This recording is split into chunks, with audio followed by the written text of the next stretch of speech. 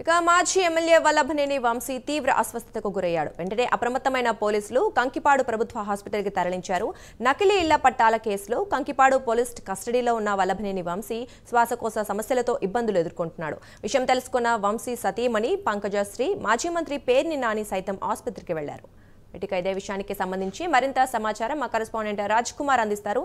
రాజ్ కుమార్, చెప్పండి. వల్లభనేని వంశీ ఆరోగ్యం కాస్త పాడనట్లుగా తెలుస్తోంది. మరి అసలు ఏం జరిగింది?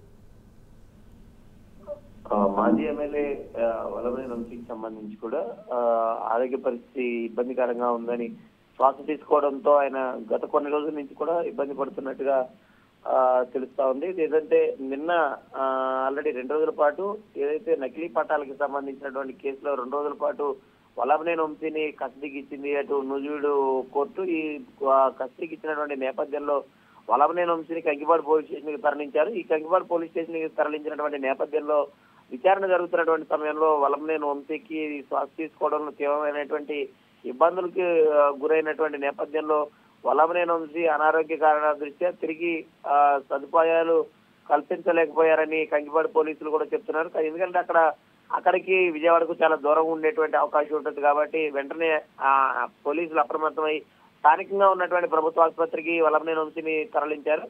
అయితే అక్కడ శ్వాస తీసుకోవడంలో ఇబ్బందులు పడుతున్నట్టు కూడా గమనించారు కాబట్టి ఆ రోజు అంటే నిన్న సాయంత్రానికి అక్కడ కంకిపాడు పోలీస్ స్టేషన్ లోనే వల్లభనేని వంశీని ఉంచేటువంటి ప్రయత్నం చేశారు. ఎందుకంటే పూర్తి స్థాయిలో కొంత ఆరోగ్యం ఆయనకి సహకరించకపోవడంతో మరి ఈ రోజు కస్టడీ జరుగుతుందా లేదా అనేది కూడా చూడాల్సిన అవసరం ఉంది. మళ్ళీ ఒకసారి వైద్యుల పర్యవేక్షణలో పెట్టి ఆయన ఆరోగ్య పరిస్థితి కుదుటపడిందని తెలిసినటువంటి తర్వాత మాత్రమే వల్లభనేని వంశీని తీసుకునేటువంటి అవకాశం ఉంటుంది కస్టడీకి. మరి చూడాలి.